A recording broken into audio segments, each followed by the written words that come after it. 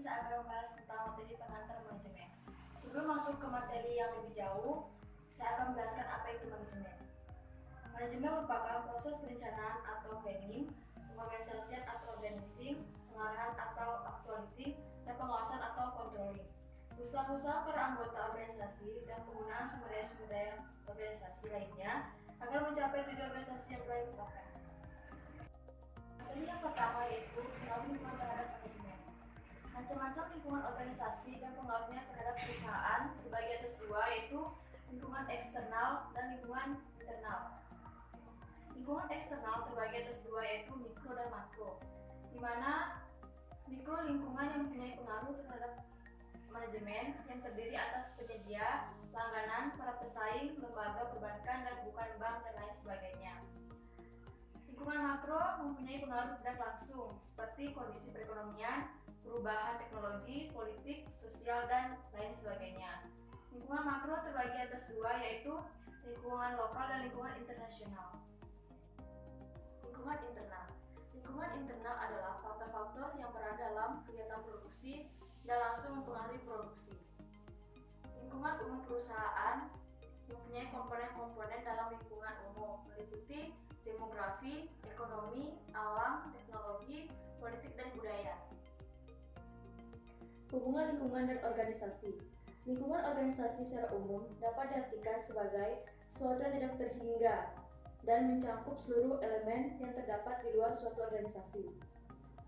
Dalam kenyataannya, tidak semua elemen di lingkungan tersebut berpengaruh secara langsung terhadap organisasi. Manajemen dan globalisasi terbagi atas tiga, yaitu yang pertama kedekatan, yang kedua lokasi, dan yang ketiga sikap. Kesimpulannya yaitu, pada dasarnya antara manajemen dengan lingkungan sangat erat kaitannya. Perubahan-perubahan yang terjadi pada lingkungan sangat dinamis, dan kadang-kadang pengaruhnya pada manajemen tidak dapat diperkirakan terlebih dahulu. Karenanya, manajemen dituntut untuk bersikap tanggap dan adaptif, selalu mengikuti dan menyesuaikan diri dengan keadaan lingkungan, sehingga lingkungan sangat berpengaruh terhadap keberlangsungan suatu manajemen. Kesuksesan suatu organisasi bisnis tergantung pada kemampuan manajernya untuk menginterpretasikan dan merespon tanda-tanda dari dunia luar. Lingkungan memegang peranan penting di sini. Lingkungan organisasi dapat diartikan sebagai kekuatan-kekuatan yang mempengaruhi baik secara langsung maupun tidak langsung terhadap kinerja organisasi. Setiap organisasi, baik yang berskala besar, menengah maupun kecil, semuanya akan berinteraksi dengan lingkungan di mana organisasi tersebut berada. Lingkungan itu sendiri selalu mengalami perubahan-perubahan, sehingga organisasi yang bisa bertahan hidup adalah organisasi yang bisa menyesuaikan diri dengan perubahan lingkungan. Sebaiknya, organisasi akan mengalami masa kehancuran apabila organisasi tersebut tidak memperhatikan perkembangan dan perubahan lingkungan di sekitarnya. Manajemen tidak hanya bekerja dalam lingkungan internal dan eksternal domestik saja, akan tetapi manajer perlu mempertimbangkan pengaruh kekuatan-kekuatan global dalam rangka mencapai tujuan organisasi. Pengaruh kekuatan global itu biasanya sangat dirasakan oleh manajer yang bekerja pada organisasi yang berskala luas atau sering disebut go internasional. Materi yang kedua yaitu perencanaan strategis. Yang pertama, pengertian perencanaan strategis. Kegiatan manajemen organisasi yang digunakan untuk menetapkan prioritas, memfokuskan energi dan sumber daya, memperkuat kinerja operasional. Perencanaan strategis juga memastikan bahwa karyawan dan pemangku kepentingan lainnya bekerja menuju tujuan bersama dan menetapkan kesepakatan tentang hasil yang diinginkan, serta menyesuaikan arah organisasi saat terjadi perubahan. Ini adalah suatu upaya kedisiplinan yang menghasilkan keputusan dan tindakan mendasar. Kedua, konsep perencanaan strategis. Perencanaan strategis berkaitan dengan masa depan. Suatu proses perencanaan pasti akan melibatkan berbagai tingkat kegagalan. Beberapa bagian dari organisasi memerlukan perencanaan selama bertahun-tahun ke depan. Namun, untuk divisi lain, membutuhkan perencanaan hanya untuk membutuhkan waktu yang singkat. Yang ketiga, proses perencanaan strategis. Dalam proses perencanaan strategis ini, mirip dengan mencari suatu analisis dalam suatu bisnis atau sebuah organisasi. Yang keempat, langkah dalam penerapan proses perencanaan strategis. Yang pertama, penentuan misi dan tujuan. Yang kedua, analisis lingkungan. Yang ketiga, penilaian diri sendiri. Yang keempat, pengambilan keputusan strategis. Yang kelima, implementasi atau pengendalian strategis. Kesimpulan dan saran perencanaan strategis yaitu, saat kita ingin membuat sebuah bisnis, kita membutuhkan beberapa orang atau kelompok, bahkan organisasi untuk mengembangkan bisnis tersebut. Namun, dalam sebuah kelompok atau organisasi, tentunya banyak masalah yang kita alami, diantaranya karena adanya ketidaksetujuan dalam bisnis yang akan disepakati. Setelah sudah disepakati, ada lagi rintangan demi rintangan, saling membicarakan kekurangan masing-masing. Dalam sebuah organisasi, jangan sampai terjadi miskomunikasi antara ketua dan anggota, karena itu akan membuat sebuah organisasi tidak akan berjalan dengan lancar. Materi yang ketiga yaitu pemecahan masalah dan pengambilan keputusan. Tipe-tipe keputusan. Pembuatan keputusan dapat didefinisikan sebagai penentuan serangkaian kegiatan untuk mencapai hasil yang diinginkan. Manajer akan membuat tipe-tipe keputusan yang berbeda sesuai perbedaan kondisi dan situasi yang ada. Salah satu metode pemplanifikasian keputusan yang benar digunakan adalah dengan menentukan apakah keputusan itu diprogram atau tidak. Situasi-situasi pembuatan keputusan menyangkut sebagai aspek, diantaranya yang pertama dalam kondisi kepastian, yang kedua dalam kondisi risiko, yang ketiga pembuatan keputusan dalam kondisi ketidakpastian. Keterlibatan bawahan dalam pengambilan keputusan. Para manajer akan sulit membuat sebuah keputusan tanpa melibatkan para bawahan. Keterlibatan ini dapat formal, seperti penggunaan kelompok dalam pembuatan keputusan, atau informal, seperti pembuatan permintaan akan gagasan-gagasan. Bantuan para bawahan pada setiap tahap proses pembuatan keputusan. Ciri-ciri riset operasi. Yang pertama, terpusat pada pembuatan keputusan. Yang kedua, penggunaan metode ilmiah. Yang ketiga, penggunaan model matematik. Yang keempat, efektivitas ekonomis. Yang kelima, bergantung pada komputer. Yang keenam, pendekatan tim. Yang ketujuh, orientasi sistem. Tahap pendekatan riset operasi. Yang pertama, diagnosa masalah. Yang kedua, perumusan masalah. Yang ketiga, pembuatan model. Yang keempat, analisa model. Yang kelima, implementasi penemuan. Kesimpulannya yaitu, dalam pengambilan keputusan untuk memecahkan suatu masalah dalam organisasi sangatlah penting, supaya setiap masalah yang datang dapat segera diatasi dan tidak menghambat tujuan dari organisasi atau perusahaan itu.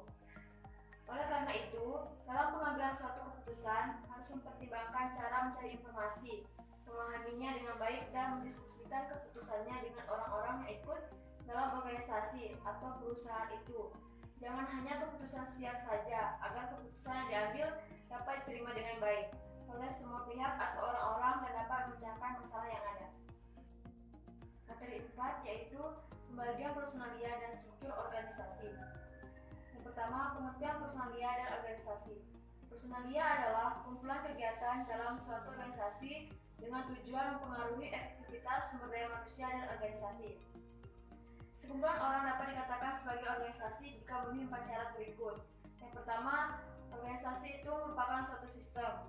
Yang kedua, adanya suatu pola aktivitas. Yang ketiga, adanya sekelompok orang. Yang keempat, adanya tujuan yang ditetapkan. Yang kedua, cara pengorganisasian dan penyusunan personalia terbagi atas 3, yaitu yang pertama, pemerincian seluruh pekerjaan yang harus dilaksanakan untuk mencapai tujuan organisasi. Yang kedua, pembagian beban pekerjaan total menjadi kegiatan-kegiatan yang secara logis dapat dilaksanakan oleh satu orang. Yang ketiga, pengadaan dan pengembangan suatu mekanisme untuk mengkoordinasikan pekerjaan para anggota organisasi menjadi kesatuan yang terpadu dan harmonis. Yang ketiga, pengertian perilaku organisasi. Menurut Robin S. B.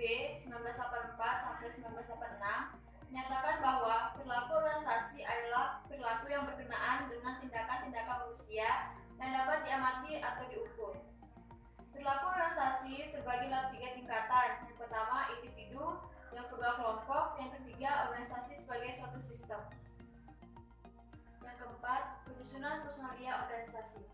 Penyusunan personalia adalah fungsi manajemen yang berhubungan dengan perekrutan, penempatan, lahan, dan pengembangan anggota organisasi. Proses ini dilaksanakan dalam dua lingkungan yang berbeda, yaitu yang pertama, lingkungan eksternal yang meliputi seluruh faktor di luar organisasi yang secara langsung atau tidak langsung mempengaruhinya. Yang kedua, lingkungan internal yang terdiri dari unsur-unsur di dalam organisasi. Langkah-langkah proses ini mencakup 7. Yang pertama, perencanaan sumber daya manusia. Yang kedua, penarikan. Yang ketiga, seleksi. Yang keempat, pengenalan dan orientasi. Yang kelima, latihan dan pengembangan. Yang keenam, penilaian pelaksanaan kerja. Yang ketujuh, pemberian balas jasa dan penghargaan. Kesimpulannya yaitu bahwa pengorganisasian adalah langkah awal untuk menetapkan penggolongan dan mengatur berbagai macam kegiatan, menetapkan tugas-tugas pokok, wewenang, dan pendelegasian wewenang oleh pimpinan kepada anggotanya dalam rangka mencapai tujuan organisasi.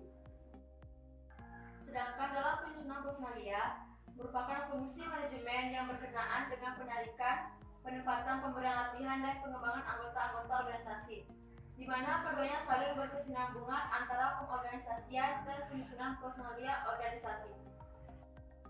Materi yang kelima yaitu koordinasi rentang manajemen. Yang pertama, koordinasi. Koordinasi adalah proses pengintegrasian tujuan-tujuan dan kegiatan-kegiatan pada satuan-satuan terpisah suatu organisasi untuk mencapai tujuan organisasi secara efisien. Tanpa koordinasi, individu-individu dan departemen-departemen akan kehilangan pegangan atas peranan dalam organisasi. Mereka akan mulai mengejar kepentingan sendiri yang sering merugikan pencapaian tujuan organisasi secara keseluruhan. Menurut James D. Thomson, ada 3 macam saling ketergantungan. Yang pertama, saling ketergantungan menyatu atau polet interdependen. Yang kedua, saling ketergantungan yang berurutan atau sequential interdependen. Yang ketiga, saling ketergantungan yang berurutan atau reciprocal interdependen. Pendekatan-pendekatan untuk pencapaian koordinasi efektif terbagi atas 3. Yang pertama, teknik manajemen dasar. Yang kedua, meningkatkan koordinasi potensial. Yang ketiga, mengurangi kebutuhan akan koordinasi. Masalah-masalah pencapaian koordinasi efektif terbagi atas 4. Yang pertama, perbedaan dalam organisasi terhadap tujuan tertentu. Yang kedua, perbedaan dalam orientasi waktu.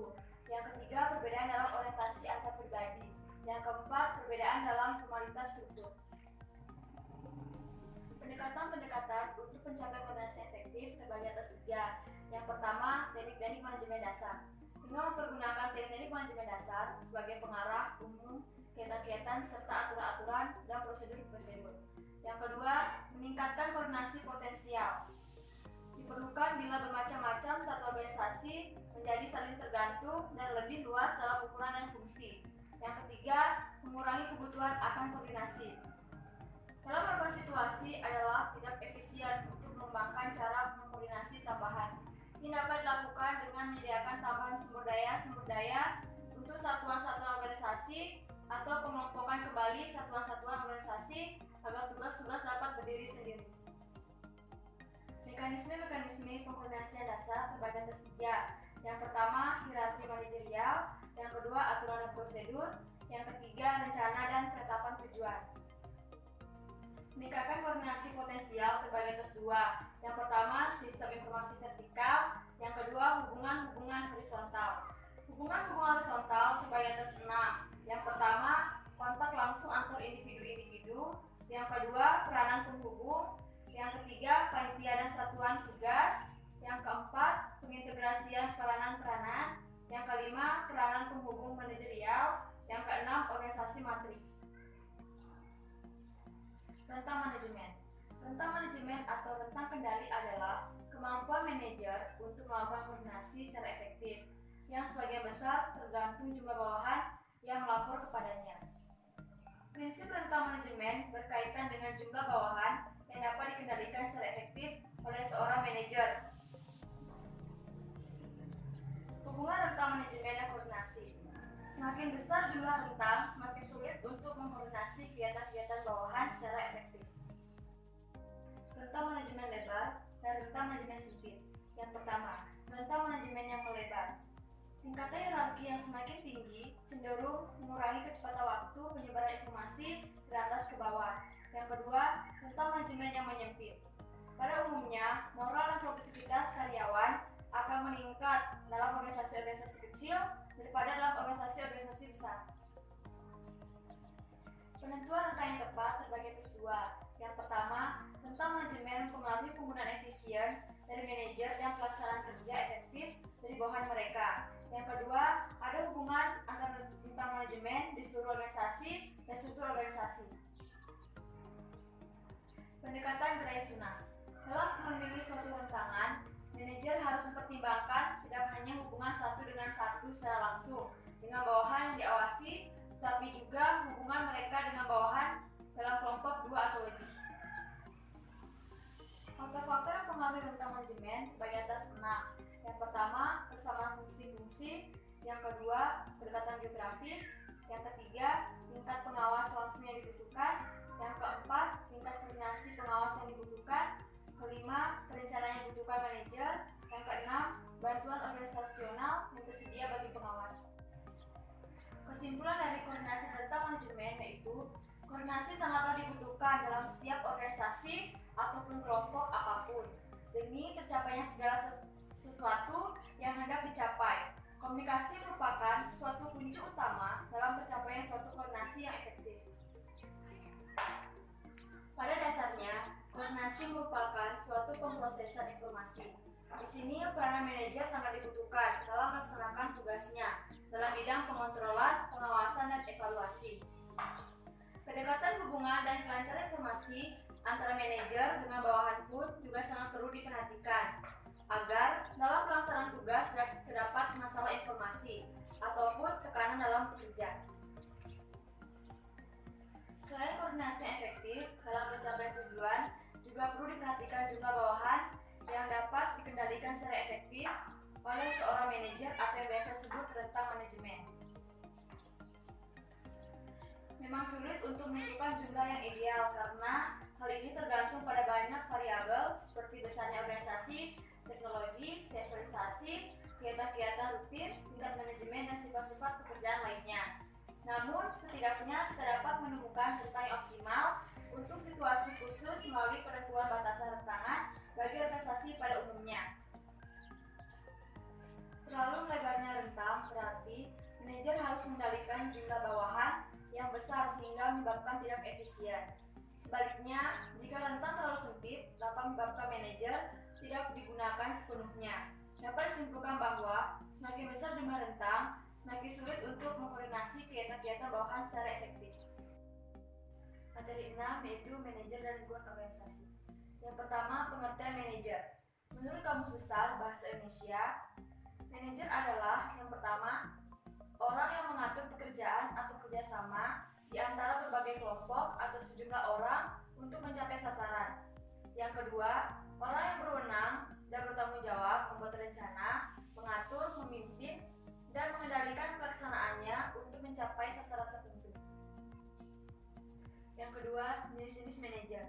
Manajer terbagi atas dua. Yang pertama, manajer fungsional. Yang kedua, manajer umum. Manajer fungsional mempunyai tanggung jawab terbatas terhadap satu jenis kegiatan organisasi, seperti bagian produksi, bagian pemasaran, bagian pembelian, bagian keuangan, bagian gudang, dan lain sebagainya. Kegiatan-kegiatan manajer lainnya ada di bawah tanggung jawab manajer fungsional lainnya. Manajer umum bertugas mengatur, mengawasi, dan bertanggung jawab atas satuan-satuan kerja secara keseluruhan yang mencakup beberapa kegiatan fungsional suatu pekerja. Ketiga, fungsi manajer. Fungsi manajer terbagi atas 7. Yang pertama, memahami visi dan misi perusahaan. Yang kedua, harus menjabarkan visi dan misi tersebut kepada tujuan. Yang ketiga, merumuskan tindakan-tindakan yang harus dilakukan untuk mencapai tujuan. Yang keempat, melakukan usaha untuk menyediakan, melaksanakan plan yang telah dibuat. Yang kelima, memimpin pelaksanaan rencana agar para pegawai dapat bekerja dengan motivasi yang tinggi. Keenam, mengendalikan pelaksanaan kegiatan serta penggunaan rencana yang dibuat dapat berjalan sebagaimana mestinya. Ketujuh, bersiap untuk menghadapi hal-hal di luar perkiraan. Yang keempat, tugas manajer. Tugas dan pekerjaan dari manajer itu yang pertama, bekerja dengan dan melalui orang dalam arti luas. Yang kedua, memadukan dan menyeimbangkan berbagai tujuan yang saling bertentangan dan menentukan prioritas-prioritas. Yang ketiga, bertanggung jawab dan mempertanggungjawabkan di mana sukses dan kegagalan bawahan adalah cerminan langsung sukses dan kegagalan manajer. Yang keempat, berpikir secara analitis dan konseptual. Yang kelima, sebagai mediator antar anggota. Yang keenam, sebagai seorang politisi dengan mengembangkan hubungan-hubungan baik untuk mendapatkan dukungan atas kegiatan-kegiatan yang dilaksanakannya. Ketujuh, sebagai seorang diplomat, yaitu sebagai wakil resmi dari kelompok kerja pada berbagai pertemuan-pertemuan, baik dengan kelompok kerja organisasi lain, dengan masyarakat maupun dengan pemerintah. Kedelapan, manajer mengambil keputusan-keputusan yang sulit. Diharapkan manajer dapat menemukan pemecahannya dan mengambil keputusan-keputusan yang akurat. Yang kelima, peran manajer. Peran manajer terbagi atas tiga. Yang pertama, interpersonal role. Yang kedua, information role. Yang ketiga, decision making. Keenam, cara menjadi manajer yang baik. Ada beberapa cara untuk menjadi manajer yang baik. Yang pertama, memotivasi karyawan. Yang kedua, menentukan tujuan. Yang ketiga, mendelegasikan tanggung jawab. Yang keempat, berkomunikasi secara efektif. Yang kelima, memegang prinsip kesetaraan. 7. Pengertian lingkungan. Lingkungan adalah segala sesuatu yang berada di sekitar organisasi yang dapat memberikan pengaruh terhadap organisasi tersebut, baik secara langsung maupun tidak langsung. Lingkungan menciptakan ketidakpastian bagi para manajer organisasi, dan mereka harus menjawab dengan merancang organisasi tersebut untuk beradaptasi dengan lingkungan atau mempengaruhi lingkungan. 8. Faktor lingkungan yang mempengaruhi keputusan manajer. Faktor-faktor pengaruhi lingkungan manajer terbagi atas dua. Yang pertama, lingkungan eksternal mikro dan lingkungan eksternal makro. Lingkungan eksternal mikro terdiri dari yang pertama, pesaing, kedua, pelanggan, ketiga, pasar tenaga kerja, yang keempat, lembaga-lembaga keuangan, yang kelima, penyedia, yang keenam, perwakilan-perwakilan pemerintah. Lingkungan eksternal makro dipengaruhi oleh organisasi. Yang pertama, perkembangan teknologi, kedua, variabel-variabel ekonomi, yang ketiga, lingkungan sosial kebudayaan, yang keempat, variabel-variabel politik dan hukum, yang kelima, dimensi internasional. Faktor-faktor lingkungan internal perusahaan. Lingkungan internal perusahaan merupakan kekuatan-kekuatan yang ada dalam organisasi itu sendiri dan sifatnya dapat dikontrol oleh manajemen. Lingkungan internal ini juga dipengaruhi secara langsung terhadap kinerja dari sebuah organisasi. Yang pertama, pekerja atau karyawan, yang kedua, dewan komisaris, yang ketiga, pemegang saham. Kesimpulan dari materi ini yaitu bahwa manajer adalah seorang yang tanggung jawab utamanya adalah melaksanakan proses manajemen. Khusus manajer adalah seorang yang merencanakan dan membuat keputusan, mengorganisasikan, memimpin, dan mengendalikan sumber-sumber daya manusia, finansial, fisik, dan informasi. Manajer dewasa ini dihadapkan dengan berbagai situasi yang menarik dan menentang. Pekerjaannya lebih diperumit dengan cepatnya perubahan gangguan yang tidak diharapkan dan krisis kecil maupun besar. Kerja manajer terdapat diramalkan syarat dengan ketentangan, tapi juga dipenuhi peluang untuk membuat kebaikan yang berarti. Maka dapat disimpulkan bahwa peran manajer dalam mengelola konflik dalam suatu organisasi itu sangat penting. Di antaranya, yang pertama, manajer sebagai mediator dalam memecahkan masalah. Yang kedua, manajer sebagai konsultan terhadap bawahan. Yang ketiga, manajer sebagai motivator terhadap organisasinya. Yang keempat, manajer mempunyai peran penting dalam mengambil keputusan. Yang kelima, seorang manajer diharuskan bisa menguasai semua permasalahan dan dapat diselesaikan dengan musyawarah dan pemikiran yang baik sebelum memutuskannya.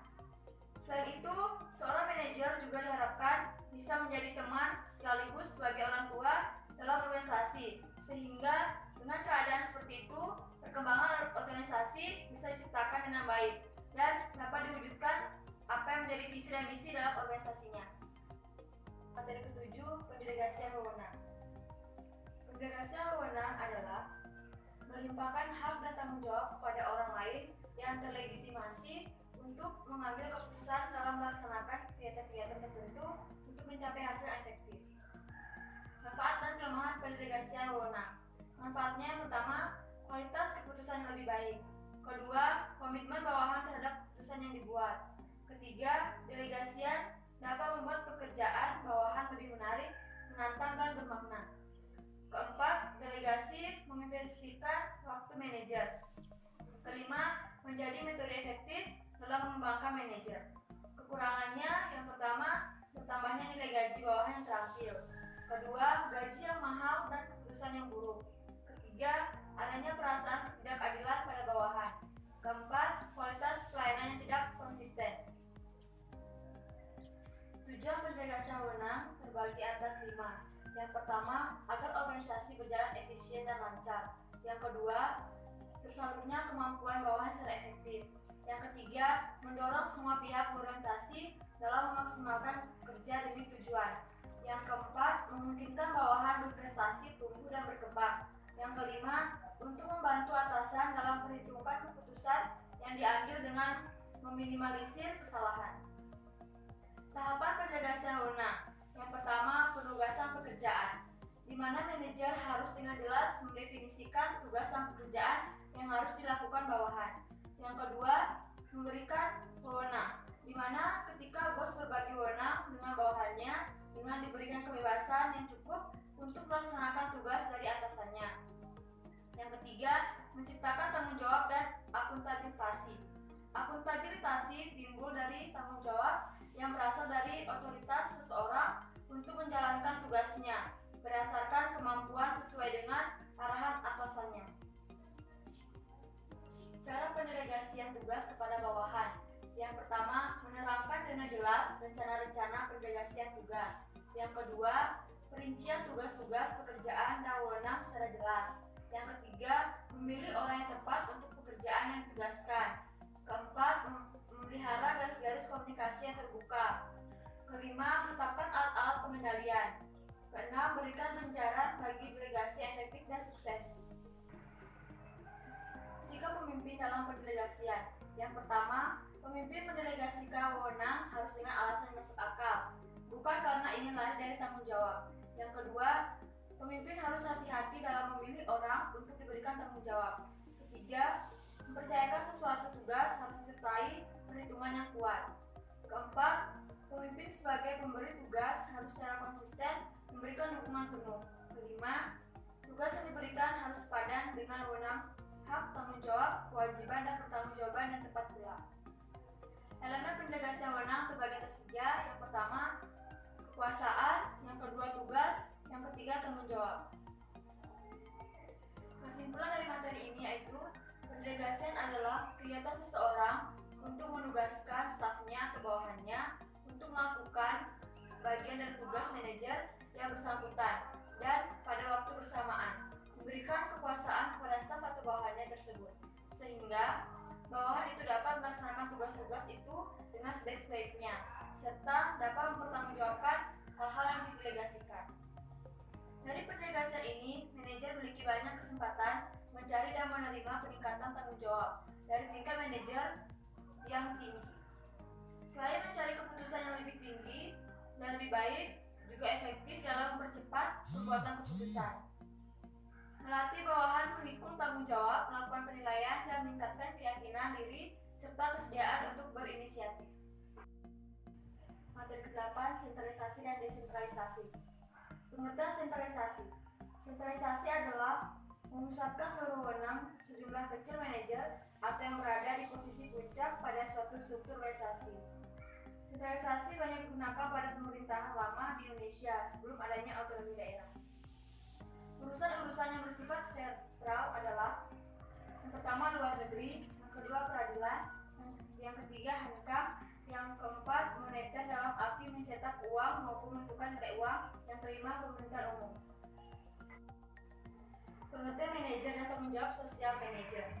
Manajer adalah seseorang yang mengarahkan orang lain yang bertanggung jawab atas pekerjaan tersebut.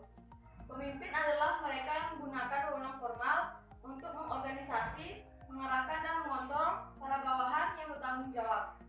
supaya semua bagian pekerjaan dikoordinasi untuk mencapai tujuan perusahaan. Tanggung jawab sosial manajer.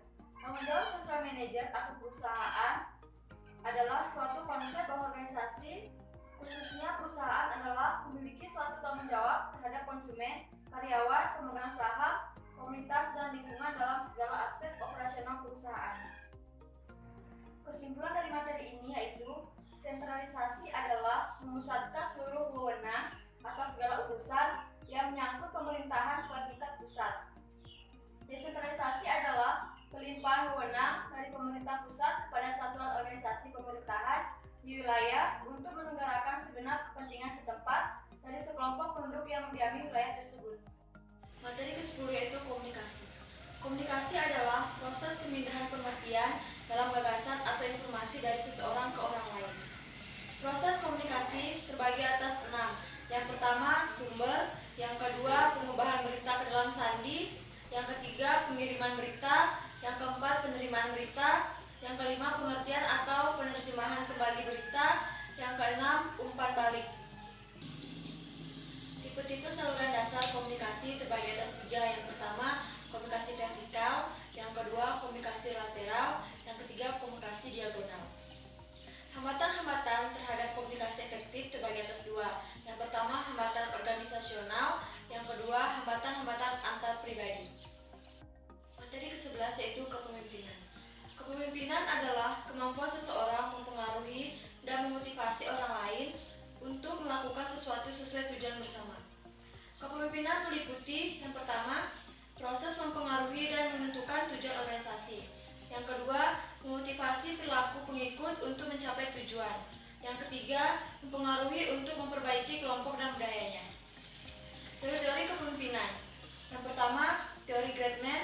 Yang kedua, teori sifat. Yang ketiga, teori kontingensi. Yang keempat, teori situasional. Yang kelima, teori perilaku. Yang keenam, teori partisipatif.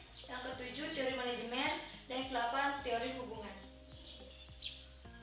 Kesimpulan dari materi kepemimpinan yaitu kepemimpinan pada hakikatnya adalah kegiatan mempengaruhi perilaku orang-orang lain agar mau bekerja sama untuk mencapai tujuan tertentu. Definisi itu mengandung 2 pengertian pokok yang sangat penting tentang kepemimpinan, yaitu mempengaruhi perilaku orang lain. Kepemimpinan dalam organisasi diarahkan untuk mempengaruhi orang-orang yang dipimpinnya agar mau berbuat seperti yang diharapkan ataupun diarahkan oleh orang-orang yang memimpinnya. Pemimpin hendaknya memiliki beberapa kriteria yang seharusnya dimiliki oleh seorang pemimpin yang menyangkut kepribadiannya, keterampilan, bakat, sifat-sifatnya, atau kewenangan yang dimiliki, yang mana nantinya sangat berpengaruh terhadap teori maupun gaya kepemimpinan yang akan diterapkan. Tugas pemimpin dalam kepemimpinannya meliputi menyelami kebutuhan-kebutuhan kelompok. Dari keinginan itu dapat dipetiknya kehendak-kehendak yang realistis dan yang benar-benar dapat dicapai. Meyakinkan kelompoknya mengenai apa-apa yang menjadi kehendak mereka, mana yang realistis dan mana yang sebenarnya merupakan hayalan. Pemimpin yang profesional adalah pemimpin yang memahami akan tugas dan kewajibannya, serta dapat menjalin hubungan kerjasama yang baik dengan bawahan, sehingga terciptanya suasana kerja yang membuat bawahan merasa aman, tentram, dan memiliki suatu kebebasan dalam mengembangkan gagasannya dalam rangka tercapai tujuan bersama yang telah ditetapkan. Sekian materi pengantar manajemen yang dapat saya jelaskan. Saya ucapkan terima kasih.